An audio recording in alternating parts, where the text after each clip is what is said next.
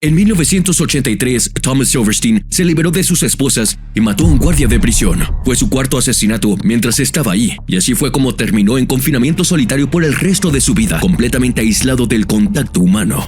It's believed he spent more time in solitary confinement than any other federal inmate. He was in solitary at various prisons since 1983. Aquí están los presos más temidos de las prisiones de Estados Unidos.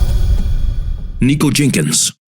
En agosto de 2013, Nico Jenkins afirmó que estaba siguiendo el consejo de un antiguo dios serpiente, Apophis, cuando masacró a 4 personas en Omaha, Nebraska. ¿Pero qué provocó esta catastrófica cadena de eventos? Mientras la mayoría de los niños de 15 años pasan su tiempo jugando videojuegos o pasando el rato con amigos, el camino de Jenkins fue marcadamente diferente. Diagnosticado con enfermedad mental a los 9 años, se encontró cumpliendo una sentencia de 18 años de prisión por un cargo de robo de auto. Después de cumplir 10 años y medio, Jenkins fue liberado, pero su libertad fue efímera. En menos de un mes, cometió una serie de crímenes atroces que lo llevaron de vuelta a la cárcel. Entonces, ¿cómo comenzó todo? El 11 de agosto de 2013, alrededor de las 5 a.m., un oficial de policía hizo un descubrimiento espeluznante. 2 cuerpos dentro de una camioneta estacionada cerca de la calle 18 y F. Los cuerpos pertenecían a Juan Uribe Peña y Jorge Seca Giga Ruiz, quienes habían sido disparados en la cabeza. Más tarde se reveló que habían sido atraídos al lugar con el falso pretexto de que una mujer se encontraría con ellos ahí. Solo 8 días después, alrededor de las 7 a.m., un trabajador de una tienda de conveniencia encontró el cuerpo de Curtis Bradford fuera de un garage separado en la calle 18 y Clark. Esta revelación sombría ocurrió durante un evento inquietante. El día anterior, una foto aparentemente inocente de Jenkins y Bradford había sido publicada en la página de Facebook de Jenkins, añadiendo una presencia inquietante a la situación en curso. Esta fue la única de sus 4 víctimas que conocía personalmente. No solo eso, sino que este asesinato fue llevado a cabo con la ayuda de su hermana Erika y su madre Lisa. Lisa fue acusada de ser cómplice por comprar munición para Nico, sabiendo bien sus intenciones. Recibió una sentencia de 20 años, mientras Erika obtuvo cadena perpetua.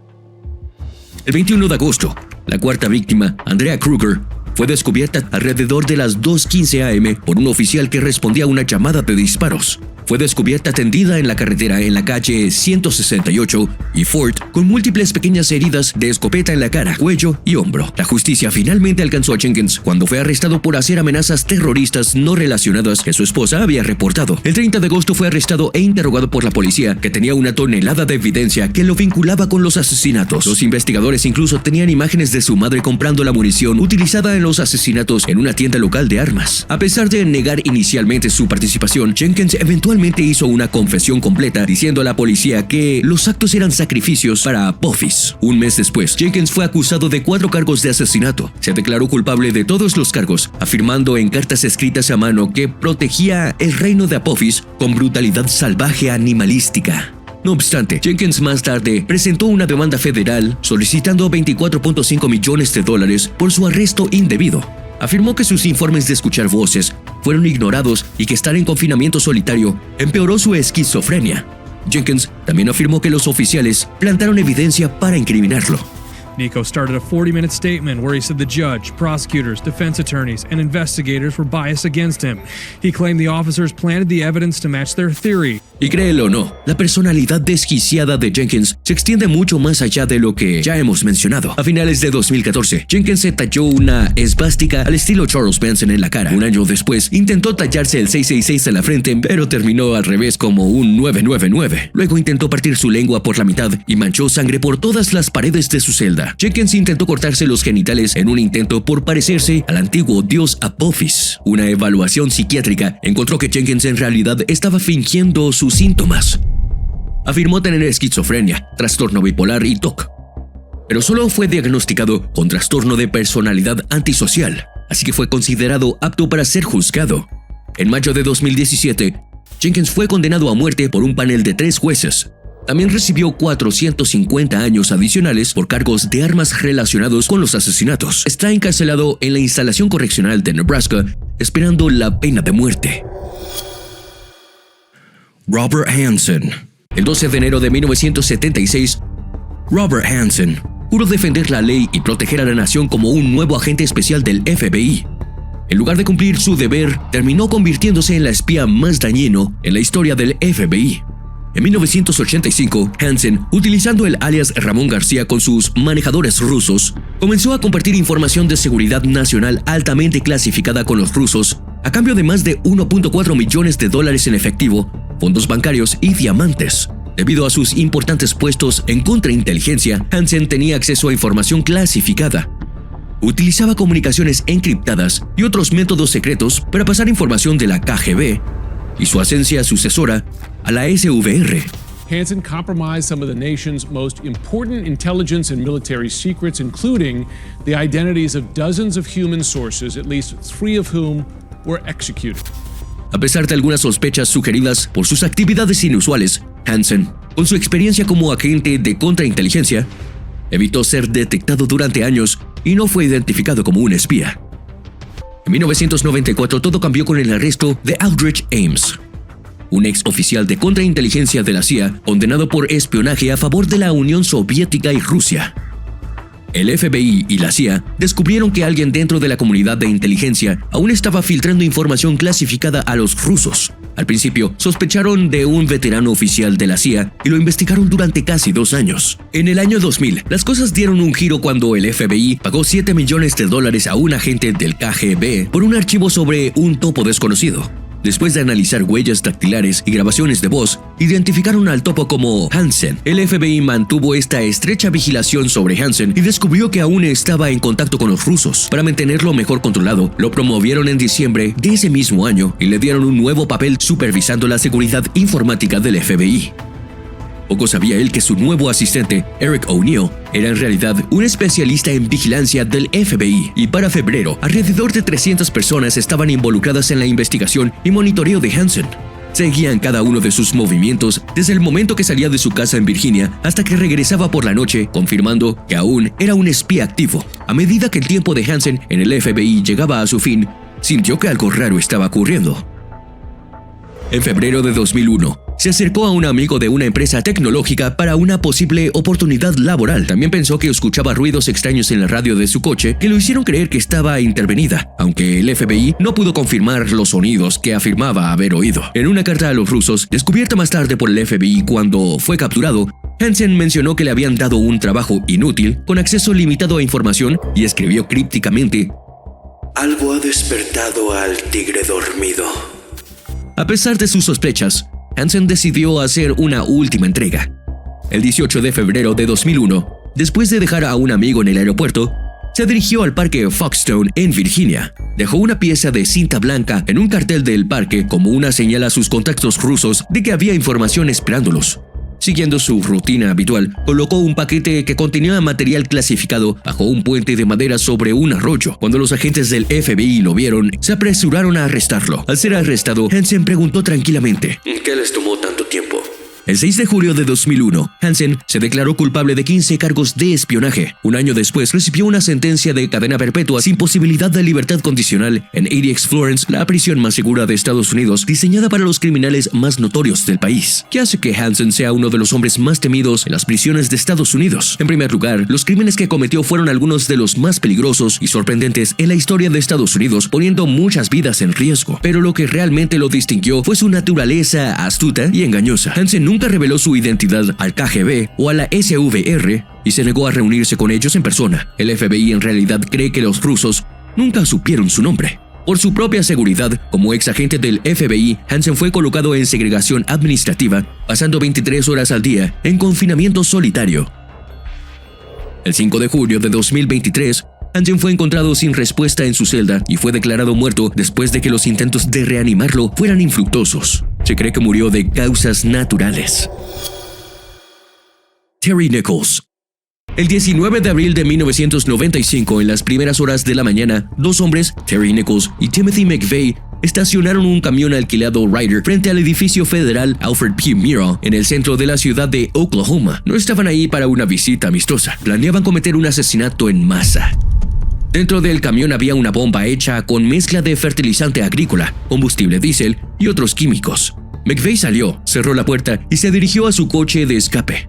Luego encendió una mecha, luego otra. Exactamente a las 9:02 a.m., la bomba explotó. Las consecuencias fueron devastadoras. En cuestión de momentos, el área circundante parecía una zona de guerra.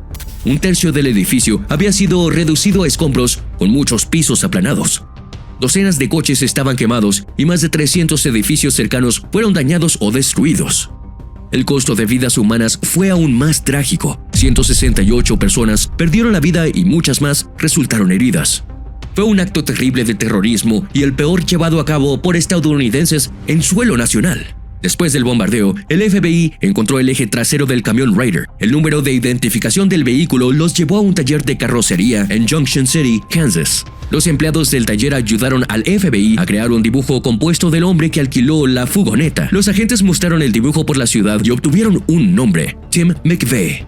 Pero aquí está el giro. McVeigh ya estaba en la cárcel. Lo habían detenido a 80 millas al norte de la ciudad de Oklahoma y lo encontraron con un arma oculta. Fue arrestado solo 90 minutos después del bombardeo. Pero ¿qué hay de su socio, Terry Nichols? El 21 de abril, Nichols se entregó después de enterarse de que era buscado para interrogatorio. Incluso permitió un registro de su casa que reveló componentes de bombas, armas de fuego, materiales antigubernamentales y un mapa del centro de la ciudad de Oklahoma.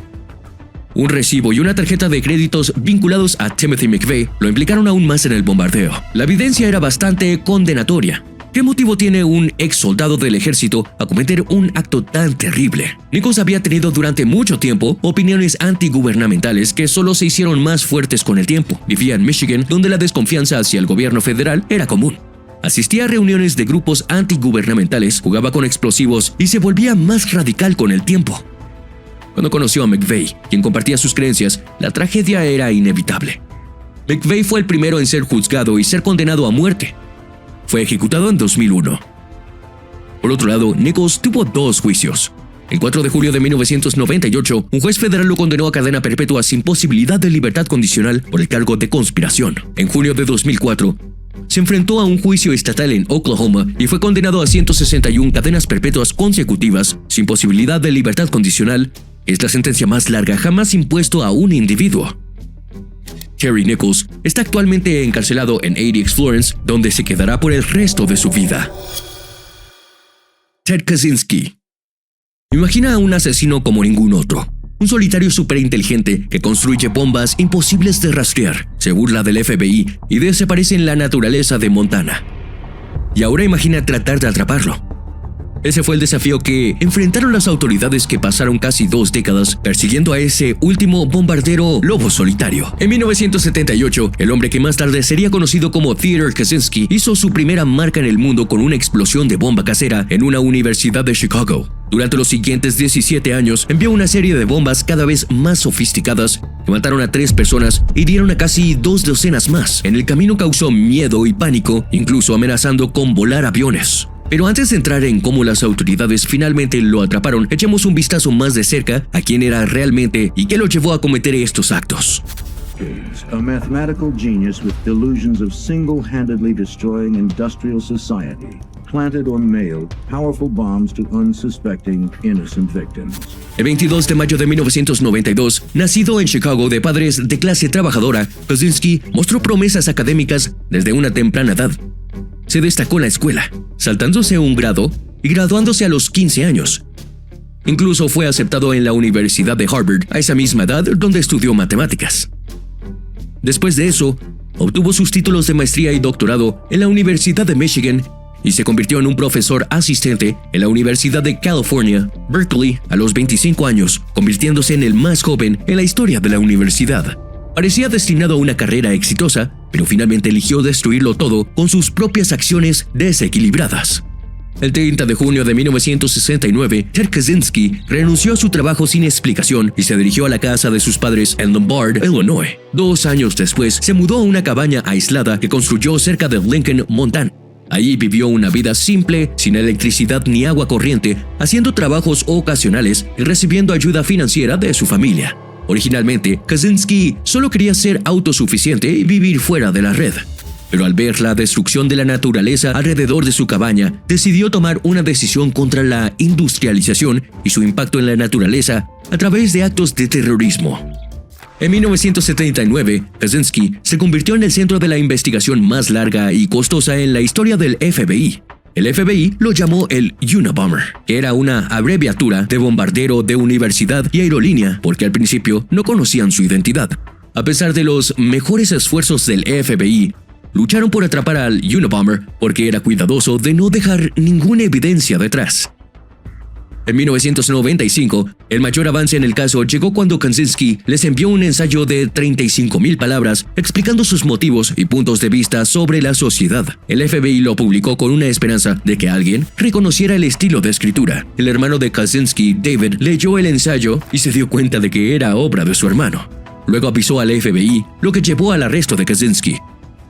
Después de ser arrestado, afirmando que estaba cuerdo, trató, pero no logró deshacerse de sus abogados designados por el tribunal porque querían que se declarara loco para evitar el castigo. En 1998 terminó declarándose culpable de todos los cargos y fue condenado a 8 cadenas perpetuas en prisión sin posibilidad de libertad condicional. Debido a lo peligroso que era, lo enviaron a ADX Florence. Terminó compartiendo un bloque de celdas conocido como la fila de bombarderos con Terry Nichols y otros terroristas infames de los que hablaremos más adelante en el video. En 2021, Kaczynski fue diagnosticado con cáncer y transferido al Centro Médico Federal en Butner, Carolina del Norte, donde las medidas de seguridad no eran tan severas como en ADX Florence. Fue ahí donde Kaczynski decidió quitarse la vida. En junio de 2023, a las 12:23 am, los trabajadores de emergencia fueron llamados a la celda de Kaczynski. Los intentos de reanimarlo en la prisión y en la ambulancia fueron infructuosos y más tarde fue declarado muerto en un hospital cercano. La causa de muerte de Ted Kaczynski no había sido divulgada oficialmente en detalle, pero ciertamente dejó un legado lleno de oportunidades perdidas y terror. Eric Rudolph. Entre 1996 y 98, 4 bombas explotaron en Atlanta y Birmingham, matando a 2 personas e hiriendo a cientos. Esto desató una búsqueda de 5 años para el presunto bombardero Eric Robert Rudolph. Only for questioning as a witness. He is charged with heinous crimes. Eric Rudolph is not a folk hero. He has not been proven guilty. He's nothing more than a cold-blooded murderer. Al igual que Kaczynski, Rudolph, quien era un hábil hombre de exteriores, evitó las autoridades durante años escondiéndose en las montañas del oeste de Carolina del Norte. El 27 de julio de 1996, Rudolph comenzó sus ataques violentos durante los Juegos Olímpicos de verano de 1996. Mientras los espectadores disfrutaban los Juegos, plantó una bomba en el Parque Olímpico Centenario en Atlanta. La explosión mató a una mujer e hirió a más de 100 personas. Rudolph incluso llamó al 911 2 veces para advertir sobre la bomba, solo para burlarse de las autoridades. Durante los siguientes años, Rudolph detonó 2 bombas más en Atlanta y una en Birmingham, Alabama.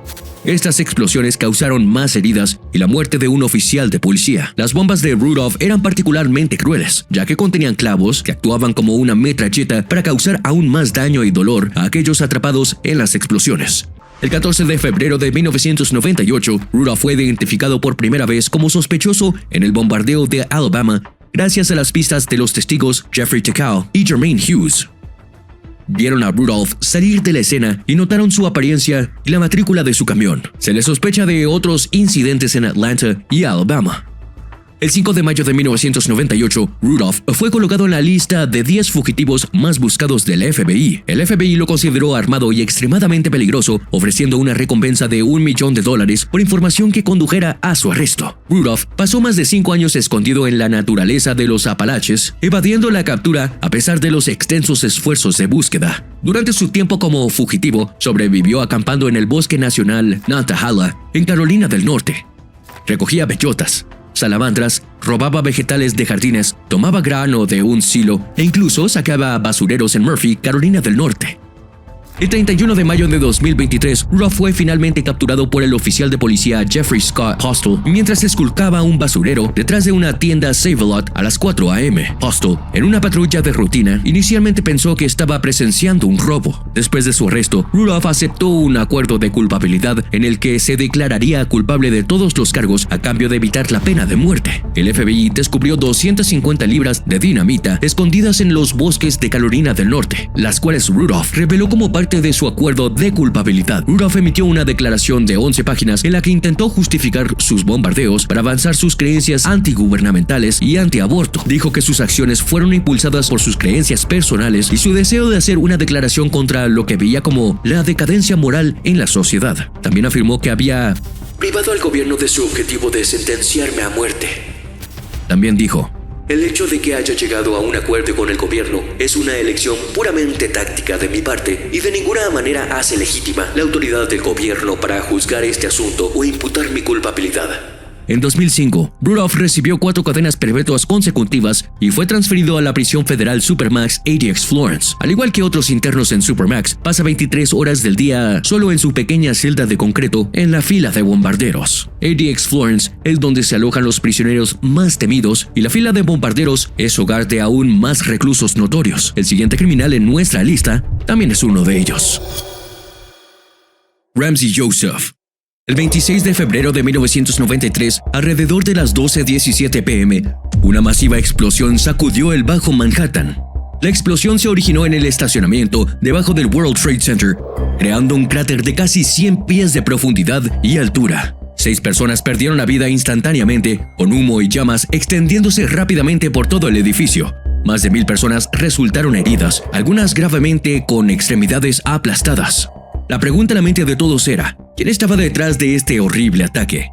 El 27 de abril de 1968 nació en Kuwait Ramsey Ahmed Joseph, de padre pakistaní y madre palestina. Después de estudiar ingeniería eléctrica en el Reino Unido, viajó a Pakistán para aprender a fabricar bombas en un campo de entrenamiento terrorista en Peshawar. Luego se dirigió a los Estados Unidos para llevar a cabo sus planes terroristas. El FBI descubrió más tarde que pasó un año viajando entre Nueva York y Nueva Jersey, trabajando con varias personas para ejecutar su siniestro plan y construir la bomba. También se reveló que Joseph tenía conexiones con Al-Qaeda. Usando su pasaporte pakistaní, Joseph logró escapar de los Estados Unidos solo unas horas después de la explosión. Se cree que huyó a Irak y luego a Pakistán. Como resultado del bombardeo, el FBI añadió a Joseph como la persona número 436 en su lista de los fugitivos más buscados. Mientras tanto, el FBI estaba trabajando arduamente tratando de encontrar alguna pista en el caso. Los investigadores encontraron un número de identificación de vehículo que parecía sospechosamente destruido. El número pertenecía a una furgoneta alquilada que había sido reportada como robada el día antes del ataque. Esto los llevó a un extremista islámico llamado Mohammed Salameh, quien había alquilado el vehículo.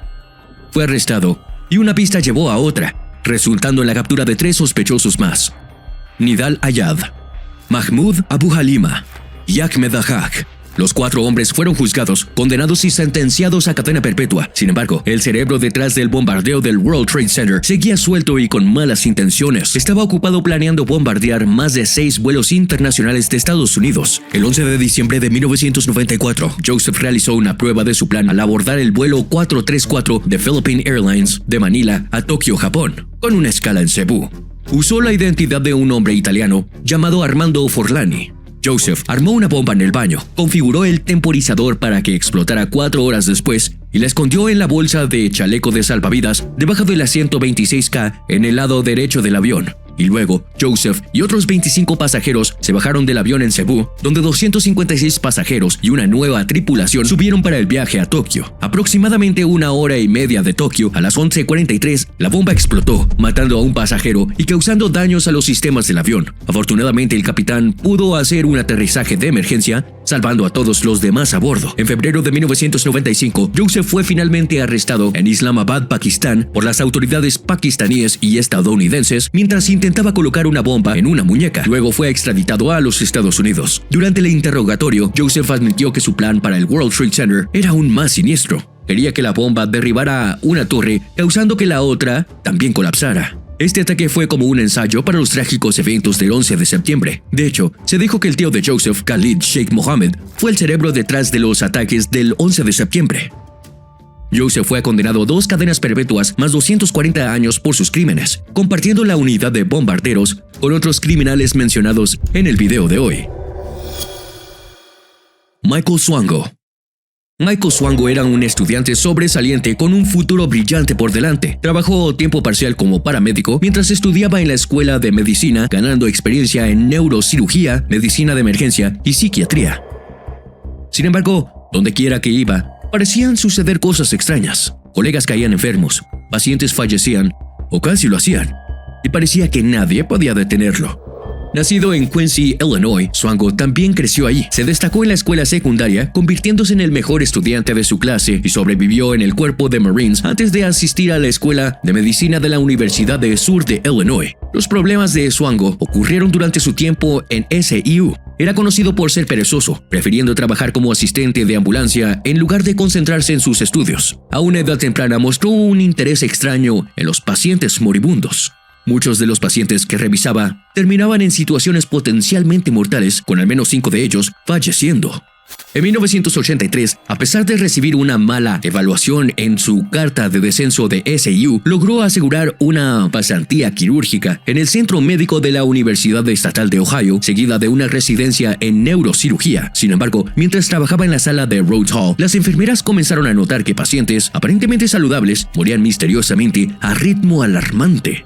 Cada vez, Swango resultaba ser interno de planta. Una enfermera incluso lo atrapó inyectando alguna medicina a un paciente que luego cayó enfermo. Las enfermeras informaron sus preocupaciones a los administradores, pero fueron desestimadas como paranoicas. En julio de 1984, Swango regresó a Quincy y comenzó a trabajar como técnico de emergencias médicas con el cuerpo de ambulancias del condado de Adams, a pesar de ser despedido de otro servicio de ambulancia por hacer que un paciente cardíaco condujera al hospital.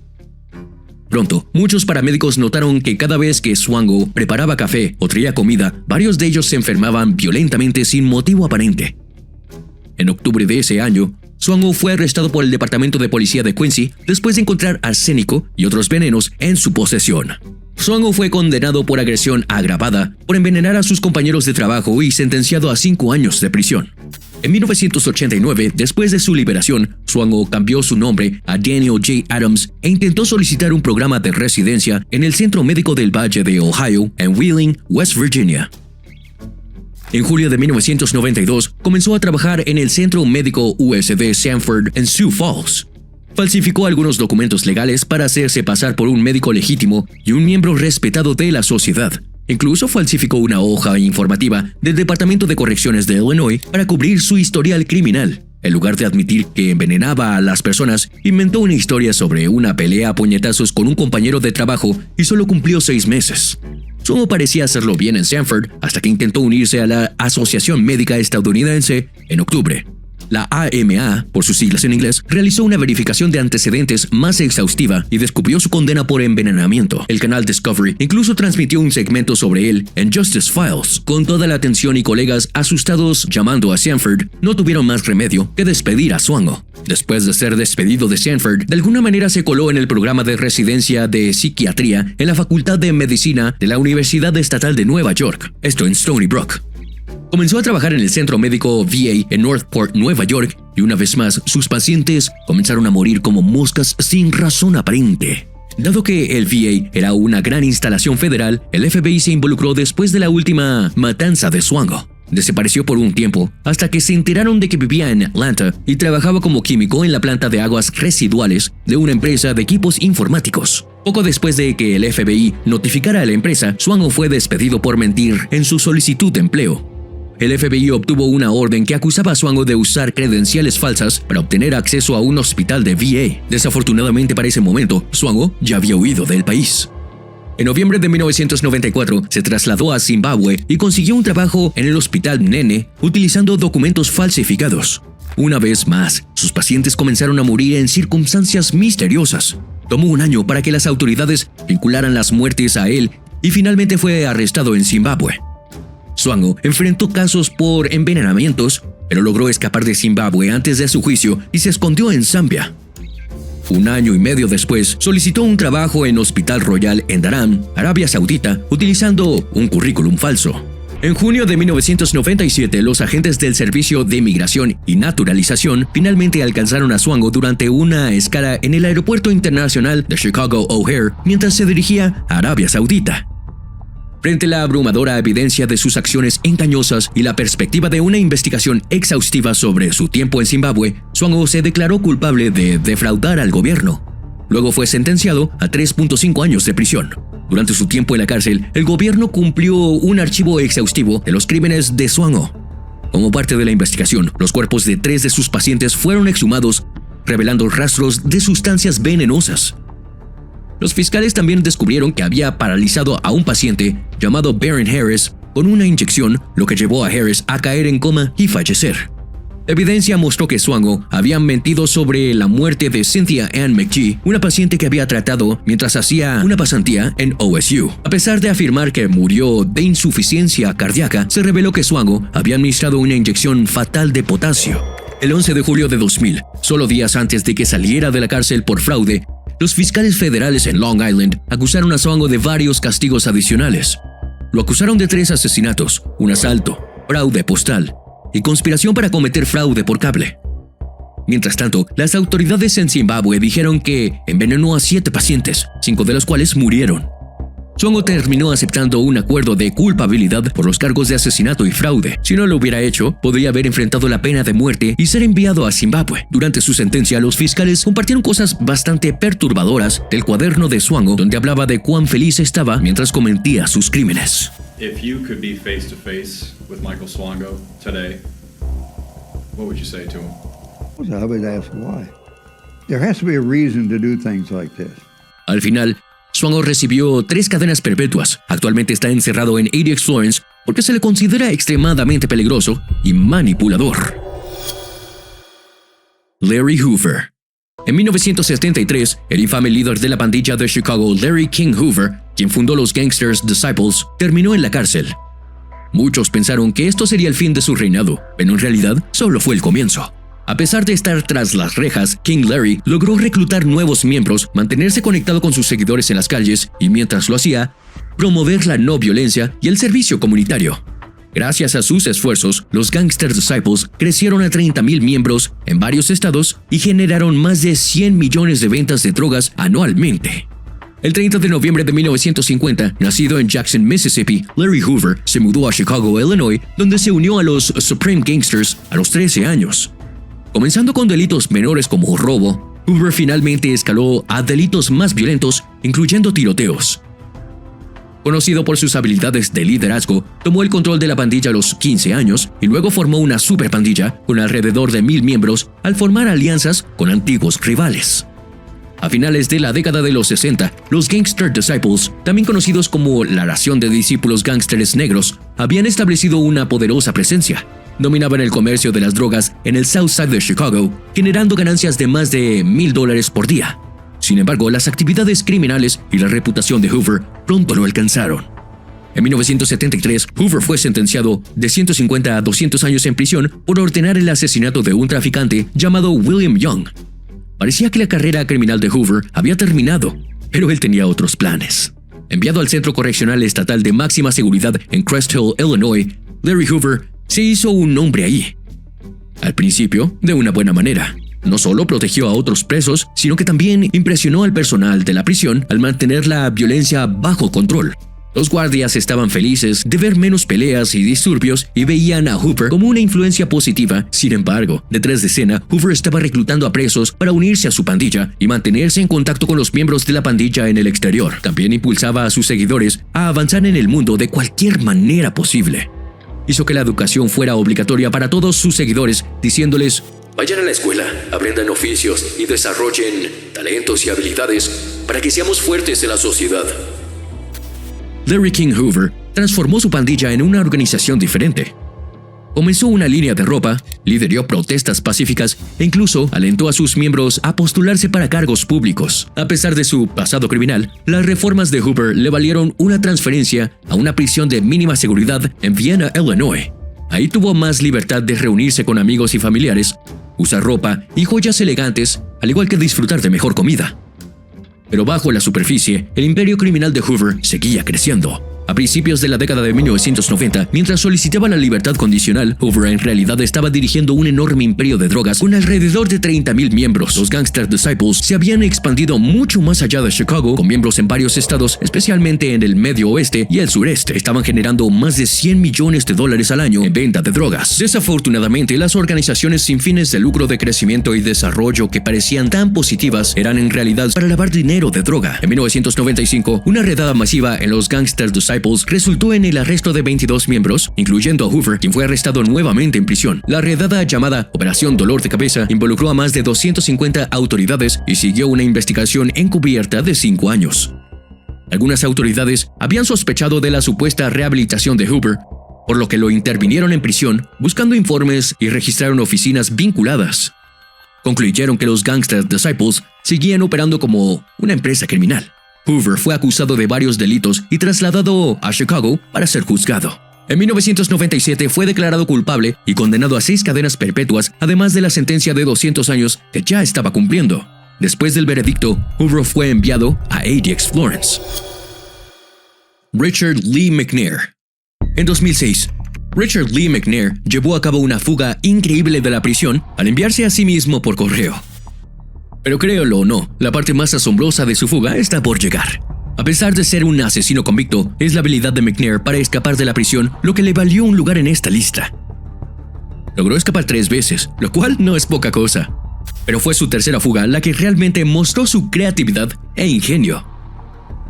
El 19 de diciembre de 1958, nacido en Oklahoma, McNair era un hijo de oficial de policía y era conocido por su aguda inteligencia. Su hermano una vez dijo sobre él: "Es la persona más inteligente que he conocido. Era un buen tipo que siempre admiré, hasta que tomó malas decisiones". El 17 de noviembre de 1987, en Mene, Dakota del Norte, intentó robar un edificio de almacenamiento de grano, pero terminó matando a un camionero llamado Jerome Thies en el proceso. También disparó a otro hombre que afortunadamente sobrevivió. Después de ser capturado por la policía, McNair fue condenado a 2 cadenas perpetuas por asesinato e intento de asesinato, junto con una sentencia de 30 años, y fue entonces cuando McNair decidió cambiar una vida de crimen por una vida de audaces fugas de prisión. La primera fuga de McNair ocurrió justo después de ser arrestado. En febrero de 1988, en la comisaría de Mene, McNair, esposado a una silla, se encontraba en una habitación con 3 detectives. Tenía un tubo de bálsamo labial en su bolsillo que utilizó hábilmente para engrasar sus manos y deslizarse fuera de las esposas cuando los detectives no miraban. Esta fuga se convirtió en una especie de persecución con McNair, llevando a los policías por toda la ciudad. Incluso entró a un edificio donde los policías lo siguieron por varias escaleras hasta el 3er piso. Cuando finalmente lo alcanzaron,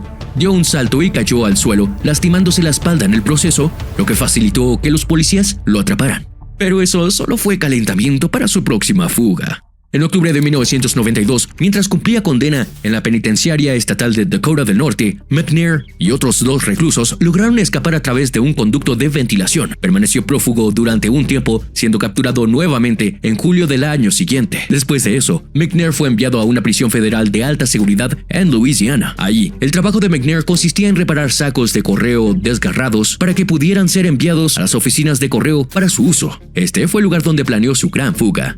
El 5 de abril de 2006, Richard Lee McNair construyó una cápsula de escape usando cualquier material que pudiera encontrar. Agregó un tubo de respiración, escondió la cápsula debajo de una pila de sacos de correo en un palé y se metió dentro. Permaneció oculto hasta que un montacargas movió el palé a un almacén cercano fuera de los muros de la prisión. Cuando los trabajadores del almacén se fueron a almorzar, McNair se cortó para salir de la cápsula y se alejó caminando hacia la libertad. Pero la parte más sorprendente de su fuga está por venir. Poco después de su escape, un oficial de policía vio a McNair trotando cerca de unas vías en Ball, Louisiana. Un oficial, consciente de la reciente fuga de la prisión, detuvo a McNair. Toda la intención fue capturada por la cámara del tablero del oficial. Where you live at? Down the road by your house. Pineville? Pineville? Okay. Do you have any form of identification on you? Oh, man. What's your name? Robert Jones. A pesar de no tener ninguna identificación y encajar con la descripción del prófugo, McNair logró hablar para salir del problema. Inicialmente afirmó que su nombre era Robert Jones y que solo estaba corriendo. Cuando se equivocó y dijo Jimmy Jones más tarde, el oficial no se dio cuenta. El oficial señaló el parecido con el fugitivo y le aconsejó a McNair que llevara identificación la próxima vez. Compartieron una risa antes de separarse, con el oficial advirtiendo a McNair que tuviera cuidado. What is, we got an escapee. Oh, shit. Where from? Prison. Quedó claro que McNair era un tipo inteligente, como mencionó su hermano, y hasta las autoridades tuvieron que reconocerlo. Durante su tercer fuga, McNair incluso encontró tiempo para enviar una tarjeta de Navidad a alguien llamado Schutzel. Richard Lee McNair evitó la captura durante 1 año y medio. El 24 de octubre de 2007, Richard Lee McNair fue finalmente detenido por la Real Policía Montana de Canadá a 100 millas al norte de la frontera en Campbellton, New Brunswick. Fue atrapado conduciendo un camión robado. No sorprendente, McNair intentó huir una vez más, pero un policía de rápido pensamiento lo derribó al suelo. Hoy en día, Richard Lee McNair está cumpliendo una cadena en una celda de concreto en ADX Florence. Es la prisión más segura en los Estados Unidos y Richard Lee McNair se ha ganado su lugar dentro. Thomas Silverstein. En 1977, a los 19 años, Thomas Silverstein se encontró en el lado equivocado de la ley, condenado junto a su padre y su tío por una serie de robo de bancos. Fue sentenciado a 15 largos años en la penitenciaria federal de Leavenworth, Kansas. Pero la historia no termina ahí. 3 años después, el nombre de Silverstein volvió a surgir, esta vez vinculado al asesinato de Danny Atwell, un recluso que se atrevió a desafiar la Hermandad Aria, la pandilla blanca más temida en prisión, al negarse a servir como mula para la heroína que se movía a través de la prisión. Después del asesinato, Silverstein fue identificado como un miembro de la AB, condenado y enviado a USP Marion, la prisión federal más dura del país en ese momento. La condena contra Silverstein fue anulada por un juez que encontró que los testigos, incluyendo un guardia de prisión, habían mentido en el estrado.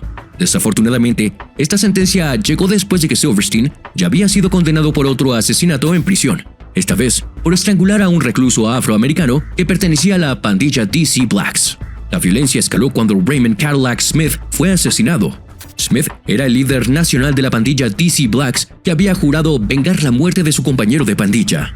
Y a pesar de los muchos intentos de Smith por acabar con la vida de Silverstein, el destino, o tal vez simplemente un sistema penitenciario defectuoso, mantuvo a los dos hombres en celdas cercanas, hasta que un fatídico día, Silverstein y su compañero de la Hermandad Aria, Clay Fountain, llevaron al capo a un ataque brutal, apuñalando a Smith 67 veces antes de arrastrar su cuerpo por el bloque de celdas para que otros reclusos presenciaran la escena espeluznante. Incluso después de todos estos asesinatos, la sed de sangre de Silverstein no había sido saciada. El oficial Murdoch Klutz, responsable de mantener el orden en el caótico bloque de celdas, se convirtió en el objetivo de la ira de Silverstein.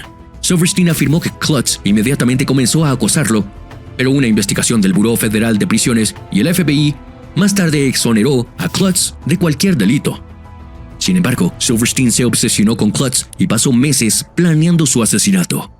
El 22 de octubre de 1983, Silverstein se deslizó de sus esposas con la ayuda de otros reclusos mientras era escoltado a una ducha. Luego utilizó una daga de prisión para atacar a Klutz, quien lamentablemente estaba desarmado. Klutz fue apuñalado de manera implacable 40 veces, como se reveló más tarde en la autopsia. Clayton Fountain utilizó el mismo método para matar al oficial de correcciones Robert Hoffman. Como resultado del asesinato de Klutz, fue trasladado a la penitenciaria de los Estados Unidos en Atlanta, donde fue puesto en confinamiento solitario.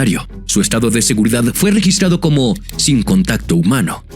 Además, los eventos que rodean los asesinatos de los oficiales de correccional llevaron a la creación de ADX Florence en 1994. En 2005, el aislamiento de Silverstein continuó mientras era trasladado de una prisión a otra hasta finalmente terminar en ADX Florence. Imagina vivir en una celda donde la luz siempre está encendida día y noche y el único contacto humano que tienes es cuando tu bandeja de comida choca contra las barras. Esa era la realidad para Thomas Silverstein, pero ¿realmente puedes culpar al Buró de Prisiones por tomar estas precauciones adicionales después de todo lo que había hecho? Pero espera, hay más. Dado que Silverstein no tenía nada que hacer, pasaba la mayor parte de su tiempo dibujando. Nos mostró cómo eran sus condiciones de vida desde su punto de vista, lo que él llamó la Suite Silverstein. Estaba encerrado en una celda durante 23 horas al día. Ocasionalmente, una puerta electrónica se abría por 1 hora para que pudiera salir al exterior o a un área de recreación interior. No se le permitía estar en el pasillo, reservado para los oficiales que necesitaban calentar sus comidas o verificarlo en persona. Había una sala de visitantes adjunta al área de recreación interior, pero dado que Silverstein no estaba permitido recibir visitas, estaba vacía. Estas 3 habitaciones, su celda y las 2 áreas de recreación eran su mundo entero. Debido a que estaba bajo constante vigilancia, la única vez que veía a otras personas era cuando le entregaban su comida. Su única conexión con el mundo exterior era un televisor en su celda. Había estado viviendo bajo condiciones de sin contacto humano desde 1983. El único periodista que tuvo oportunidad de conocer a Silverstein en persona mantuvo contacto con él durante años para escribir su autobiografía, que fue publicada en el 2023. Silverstein una vez le dijo a Early que estar en el estado de sin contacto humano es básicamente una forma de tortura reservada para aquellos que matan a oficiales de correcciones. En respuesta, un oficial del Buró de Prisiones confirmó que cuando un recluso mata a un guardia, debe ser severamente castigado. No podemos ejecutar a Silverstein, así es que no tenemos más remedio que hacerle la vida a un infierno. De lo contrario, otros reclusos también matarán a los guardias. Tiene que haber algún castigo supremo. Cada convicto sabe por lo que está pasando Silverstein. Queremos que se den cuenta de que si cruzan la misma línea que él, pagarán un precio muy alto. El 11 de mayo de 2019, en el hospital de St. Anthony, Silverstein falleció a los 67 años en Lakewood, Colorado, después de pasar 36 años en confinamiento solitario.